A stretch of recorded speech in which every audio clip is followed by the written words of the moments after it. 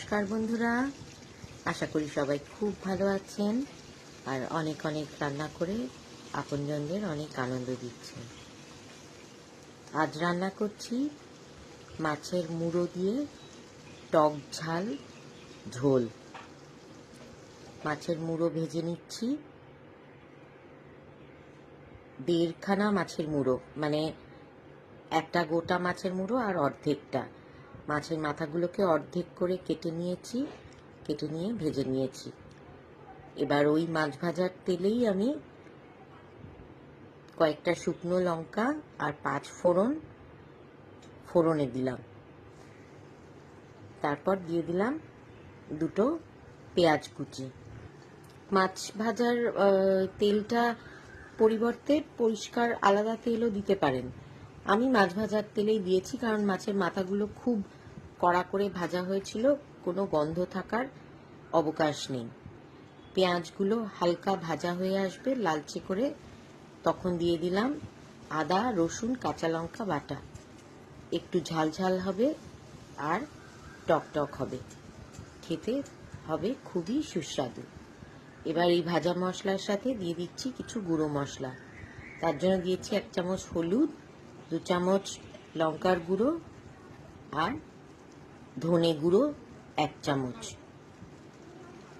সামান্য জল দিয়ে আবার একটু ভালো করে এই মশলাটা কষিয়ে নেব, অল্প অল্প জল দিয়ে, প্রায় 2-3 চামচ জল, সেরকমভাবে যাতে মশলাটা পুড়ে না যায় সেইভাবে অল্প অল্প জল দিয়ে মশলাটা একটু কষিয়ে নেব।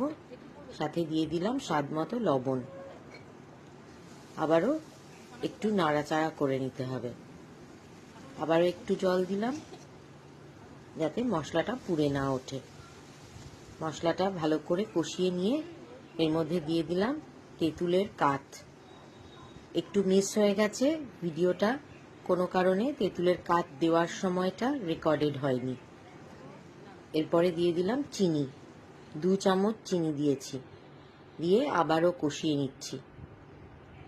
বেশ ভালো করে কষাতে হবে। মশলার থেকে তেল ছেড়ে এসেছে, মশলা বেশ গাঢ় রং ধরেছে আর তেলটাও ছেড়ে এসেছে, তখন মাথাগুলো দিয়ে দিলাম, মাছের মুড়োগুলো একটু উল্টে পাল্টে দিয়ে তারপরে এটা ঢাকা দিয়ে রাখতে হবে যাতে মুড়োগুলো ভালো করে সেদ্ধ হয়। আমি প্রায় 7-8 মিনিট ঢাকা দিয়ে রেখেছি। ঢাকা খোলার পর মাছের মুড়োগুলো বেশ নরম হয়ে গেছে। এবার মাছের মুড়োগুলো একটু ভেঙে দেব। টুকরো টুকরো করে ভেঙে দিলে খেতে আরো ভালো লাগবে। মাছের পুরো ভেতরে কাঁটাগুলোর মধ্যে মশলাগুলো যাবে, যেটা বসে বসে চিবোতে খুবই ভালো লাগে, খুব জুসি। যাই হোক, মাছের মুড়োগুলো ভেঙে দিয়েছি। এরপর আবার ভালো করে নেড়ে চেড়ে এর মধ্যে দিয়ে দেব সামান্য জল। একটু ঝোলা ঝোলা হবে খেতে, যাতে ভাত দিয়ে মেখে খাওয়া যায়। জল দিয়ে দিয়েছি, এবার ফুটে উঠবে।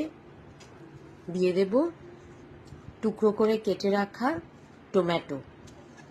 টমেটোটা প্রায় আমি এখানে 2টো টমেটো লম্বা লম্বা করে স্লাইস করে কেটে নিয়েছি।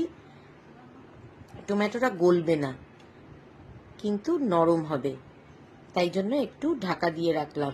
2 মিনিট ঢাকা দিলেই যথেষ্ট।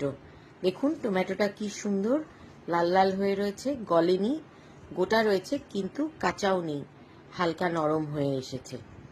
এইভাবে নাড়িয়ে চাড়িয়ে এরপর এর মধ্যে দিয়ে দেব জিরের গুঁড়ো। জিরেটা আমি ভেজে নিয়েছি শুকনো তাওয়ায়, 1 চামচ জিরে শুকনো তাওয়ায় ভেজে সেটাকে ক্রাশ করে একদম গুঁড়ো করে সেটা দিয়ে দিলাম। এই জিরের গন্ধটা এটার পুরো ঝোলটায় মাখামাখি হয়ে যাবে, খুবই সুন্দর লাগবে। ভাজা জিরের গন্ধে পুরো ঝোলটা সুন্দর ম ম করবে, তাই শেষে এসে ভাজা জিরের গুঁড়োটা দেওয়া। যাই হোক, আমাদের রান্না প্রায় হয়ে এসেছে। এর মধ্যে দিয়ে দিলাম কয়েকটা কাঁচা লঙ্কা, চিড়ে দিয়েছি কাঁচা লঙ্কাগুলো, আর দিয়ে দিলাম 1 মুঠো ধনেপাতা কুচি। এবার রান্না শেষ, নাড়িয়ে চাড়িয়ে আমরা একটা পাত্রে নামিয়ে নেব কড়াই থেকে। রেসিপি পছন্দ হলে আপনারা অবশ্যই লাইক ও শেয়ার করতে ভুলবেন না। আর পুরো ভিডিওটা দেখার জন্য আপনাদের অনেক অনেক ধন্যবাদ। আবার দেখা হবে নতুন কোনো রান্নার রেসিপি নিয়ে। আপনারা খুব ভালো থাকবেন। আর যারা এখনও আমার চ্যানেলটা ফলো করেননি তাদের কাছে অনুরোধ আমার চ্যানেলটা ফলো করার জন্য। নমস্কার।